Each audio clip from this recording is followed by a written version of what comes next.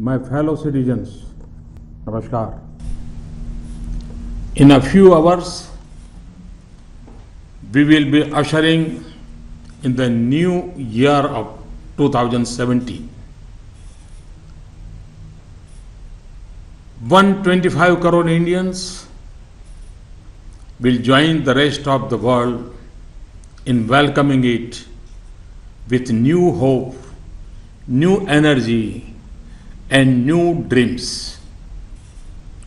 Since Diwali, our nation has been witness to a historic rite of purification. The patience, discipline, and resolve displayed by 125 crore Indians will play a critical role in shaping the future of the nation for years to come. In God's creation, humans are endowed with fundamental goodness. With time, the distortions of badness creep in. People feel suffocated in a bad environment and struggle to come out of it. Corruption, black money, and counterfeit notes had become so rampant in India's social fabric that even honest people were brought to their knees.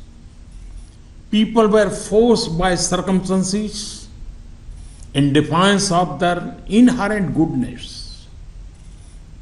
It seemed at times that the evils and corruptions of society, knowingly or unknowingly, intentionally or unintentionally, had become a part of our daily lives.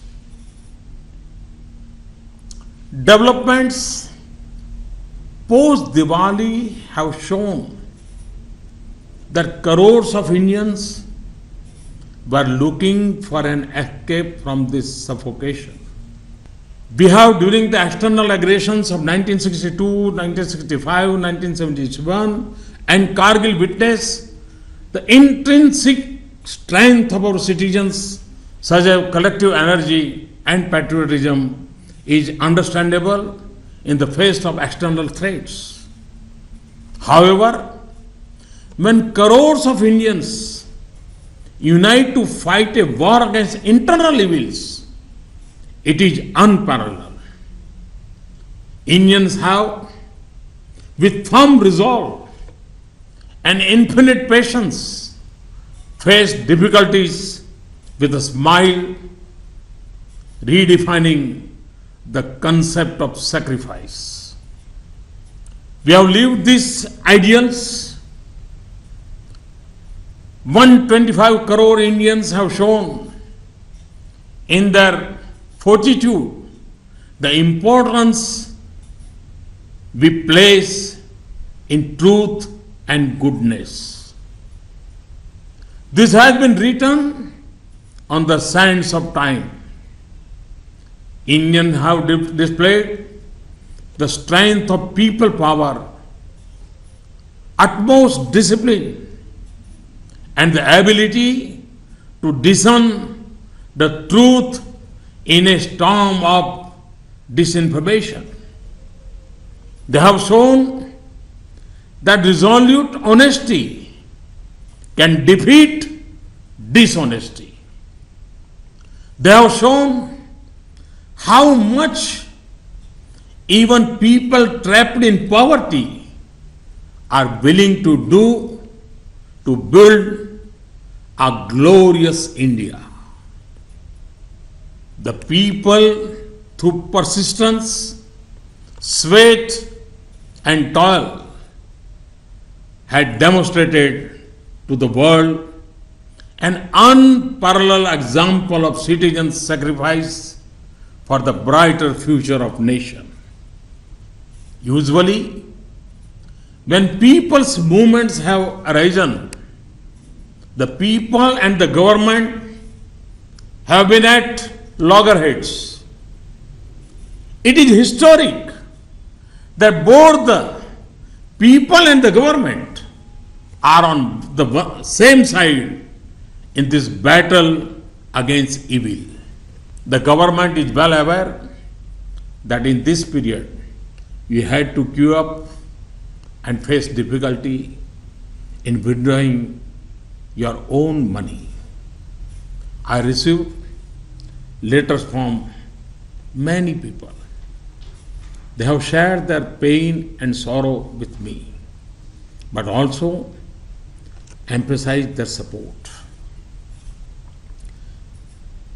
You have talked to me as one of your own.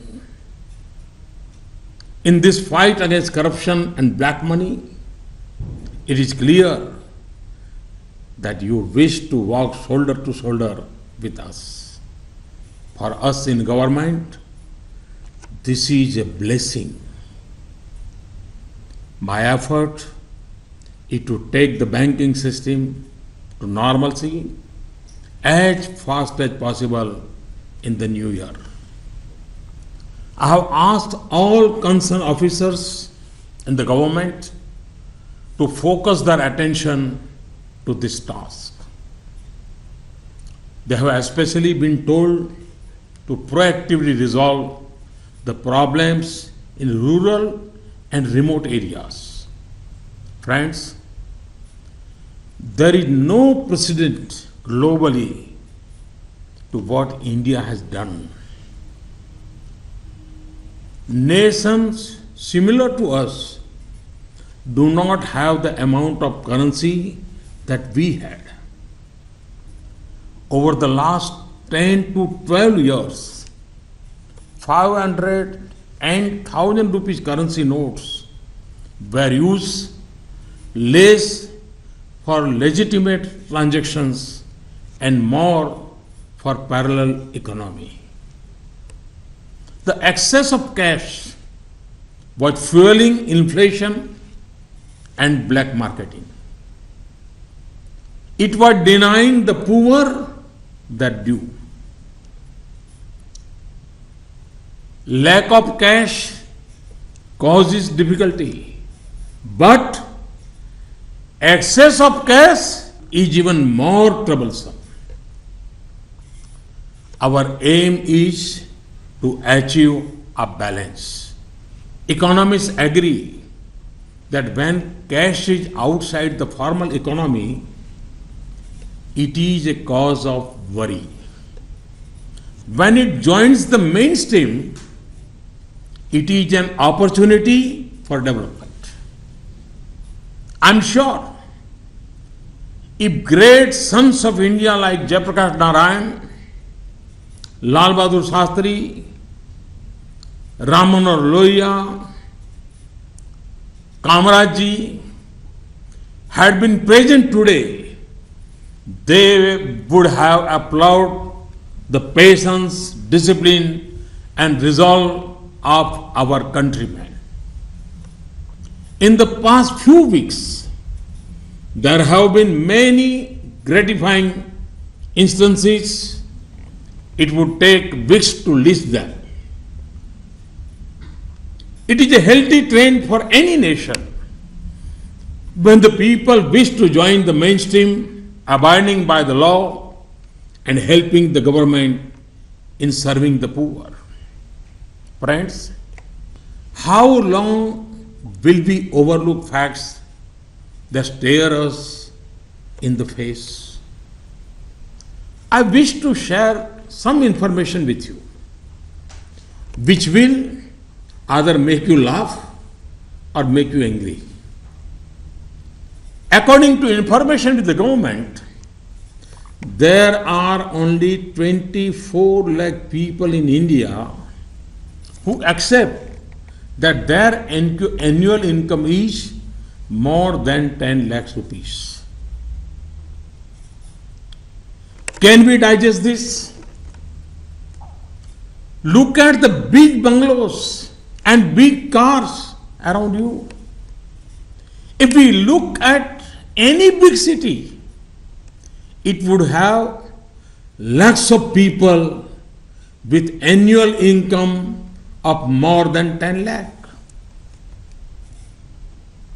Do you not feel that for the good of the country, this movement for honesty need to be further strengthened? In this fight against corruption and black money, it is natural to debate the fate of the dishonest. What punishment will they get? The law will take its own course with its full force. But the priority of the government now is how to help the honest, protect them, and ease their difficulty. How can honesty gain more prestige? This government is a friend of good people, and it aims to build an enabling environment for the dishonest to return to the path of goodness. It is also a bitter truth that people have complaints of bad experiences at the hands of government machinery and some government officers. This reality cannot be wished away. No one can deny that government officers have a greater responsibility than common citizens.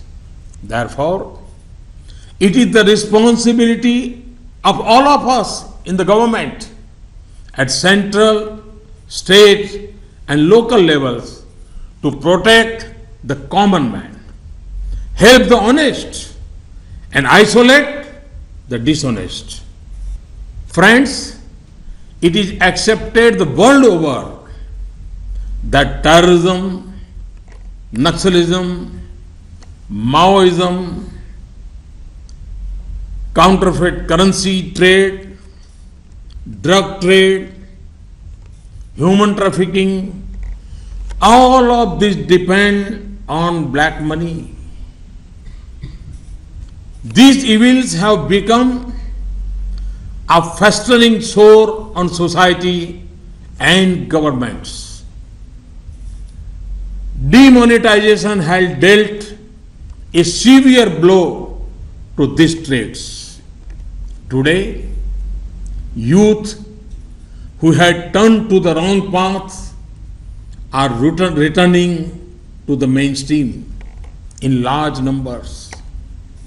If we remain vigilant, we can now save our children from returning to those evil ways of violence and cruelty.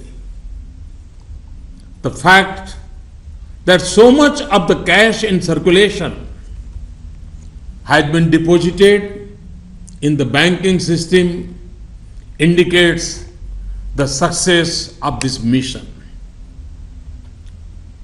Events of the last few days indicate that escape routes for the dishonest have all been sealed.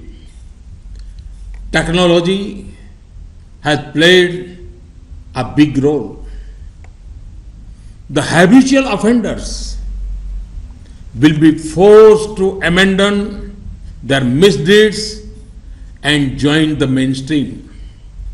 Friends, this also represents a golden opportunity for the country's banking system. During this period, bank employees have worked day and night. Female employees too work till late hours as part of this mission. Post office staff, banking correspondents, all did exceptional work.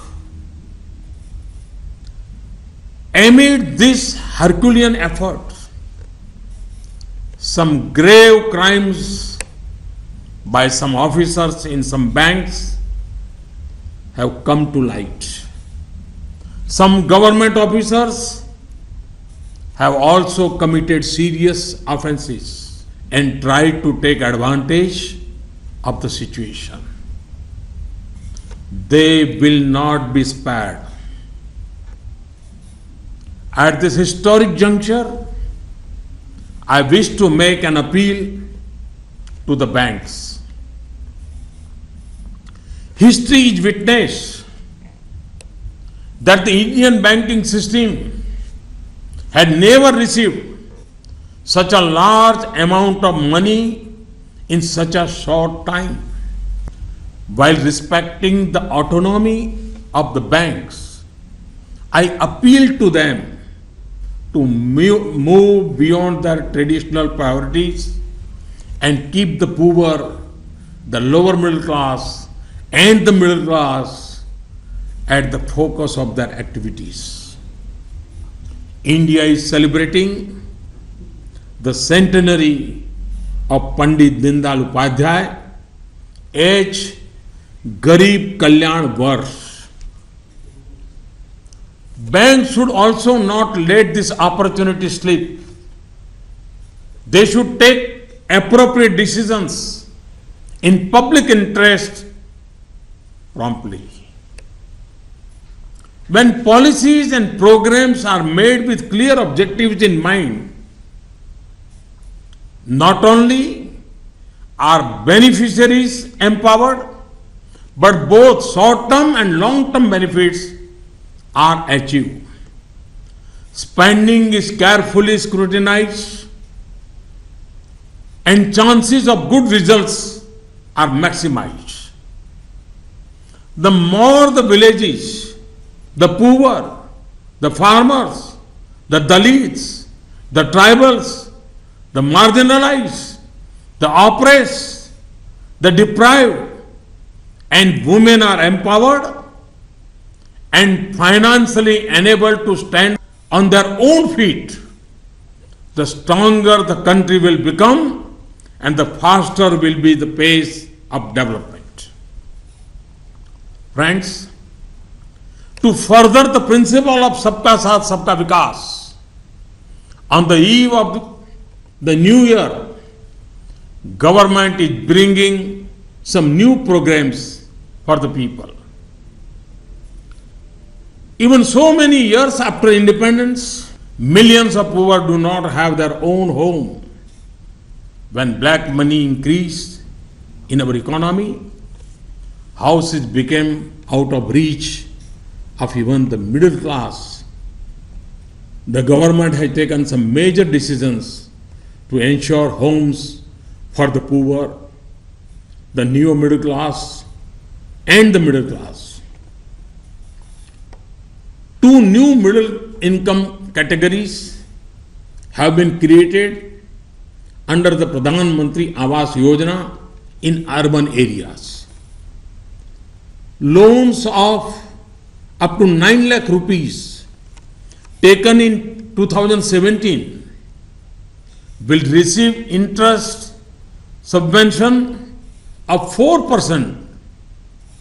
Loans of up to 12 lakh rupees taken in 2017 will receive interest subvention of 3%. The number of housing being built for the poor under the Pradhan Mantri Awas Yojana in rural areas is being increased by 33%.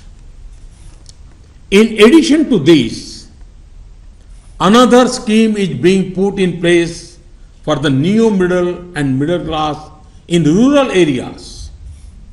Loans of up to 2 lakh rupees taken in 2017 for new housing or extension of housing in rural areas will receive an interest subvention of 3%. Friends, in the last few weeks, an impression was sought to be created that the agriculture sector has been destroyed. Farmers themselves have given a fitting reply to those who were doing so. Rabi sowing is up by 6% compared to last year. Fertilizer uptake is up by 9% during this period. The government has taken care to ensure that farmers do not suffer for want of access to seeds, fertilizers and credit. Now we have taken some more decisions in the interest of farmers. Farmers who have taken loans for the Rabi crop from district cooperative central banks and primary societies will not have to pay interest on such loans for a period of 60 days. Farmers who have paid interest during the last 2 months will receive these amounts back directly into their bank accounts. Arrangements are being made to provide farmers even better access to loans from cooperative banks and societies. NABARD created a fund of 21,000 crore rupees last month. Now, government is adding 20,000 crore rupees more to this. The loss that NABARD suffered by giving loans to cooperative banks and societies at low interest rates shall be borne by the Government of India. The government has decided that 3 crore farmers who have Kisan credit cards will be given RuPay debit cards within 3 months. Kisan credit cards were launched in 1998, but so far it was essential to go to a bank to use them. Now farmers will have RuPay debit cards which they can use anywhere. Just as agriculture is vital for the economy, so are the medium and small scale enterprise, also called the MSME sector.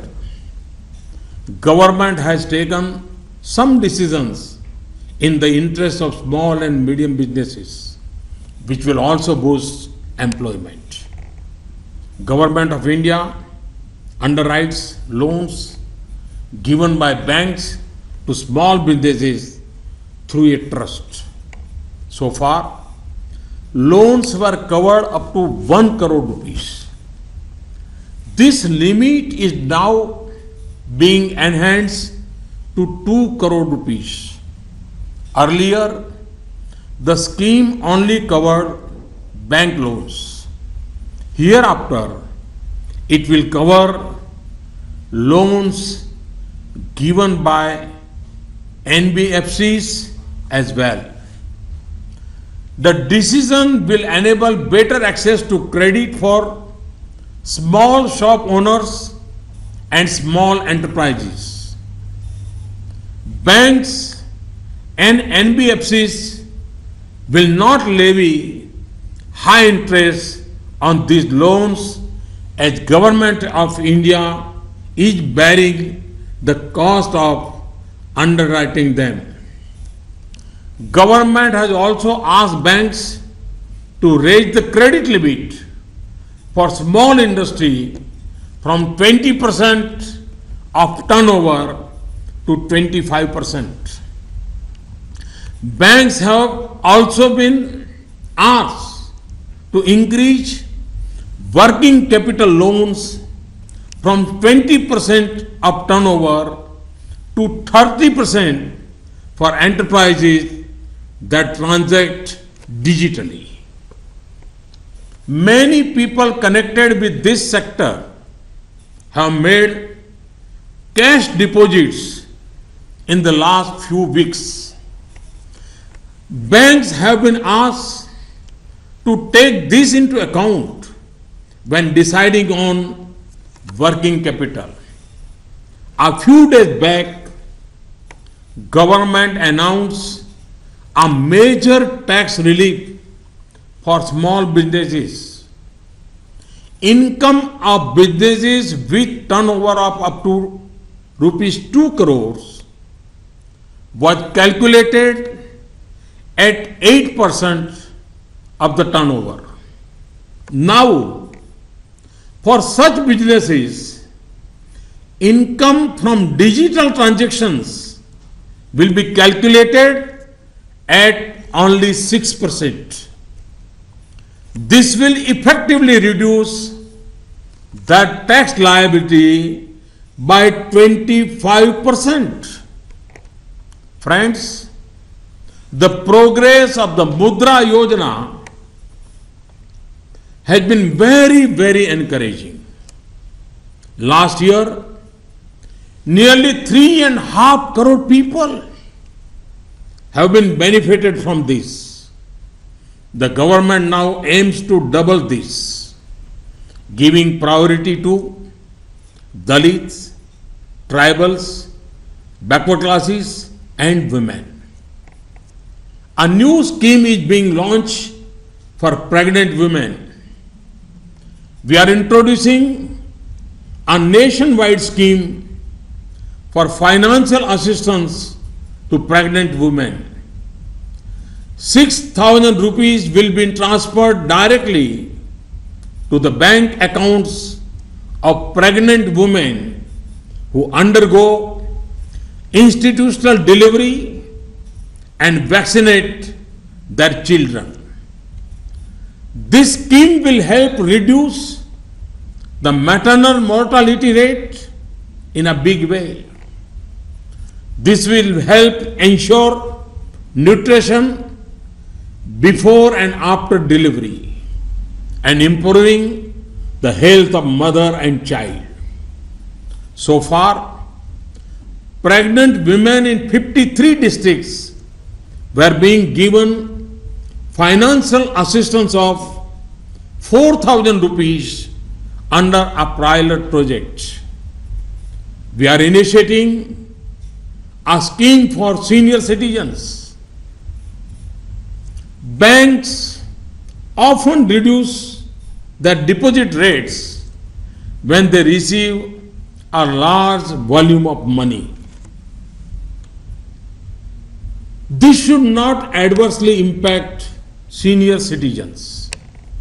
Under the scheme, senior citizens will receive a fixed interest rate of 8% for a period of 10 years on deposits up to 7.5 lakhs rupees. The interest will be paid monthly. Friends, political parties, political leaders, and electoral funding figure prominently in any debate on corruption and black money. The time has now come that all political leaders and parties respect the feelings of the nation's honest citizens and understand the anger of the people. It is true that from time to time, political parties have made constructive efforts to improve the system. I urge all parties and leaders to move away from a holier than thou approach to come together in prioritizing transparency and take firm steps to free politics of black money and corruption. In our country, people ranging from common man to the president have at some point or other advocated simultaneous conduct of state and national elections. This is to break the endless cycle of elections, reduce election expenditure, and minimize pressure on the administrative machinery. The time has come for this to be seriously considered and debated. Positive change has always found space in our country. We can now see a positive momentum toward digital transaction in India. More and more people are transacting digitally. Yesterday, government has launched a new Swadeshi platform for digital transactions named BHIM after Babasaheb Bhimrao Ambedkar. BHIM stands for Bharat Interface for Money. I call upon the youth, the trading community and farmers to connect with BHIM as much as possible. Friends, the developments, decisions and policies that were put in place after Diwali will of course be evaluated by economists. It will be good if social scientists and historians also do the same. As a nation, India's villages, poor, farmers, youth, educated, uneducated, men and women have all displayed infinite patience and people power. In a short time, the new year of 2017 will begin. Exactly 100 years ago, in 1917, Mahatma Gandhi initiated a satyagraha in Champaran. Now, a century later, we witness that the people of India continue to share that feeling towards truth and goodness. Today, Mahatma Gandhi is not amongst us, but the path towards truth that he showed us is still most appropriate. As we begin the centenary year of the Satyagraha, let us recall the Mahatma and resolve to follow his message of truth and goodness. We cannot allow this fight against black money and corruption to stop or slow down. Firmness in truth is a guarantee for success. Our country of 125 crore with 65% below the age of 35,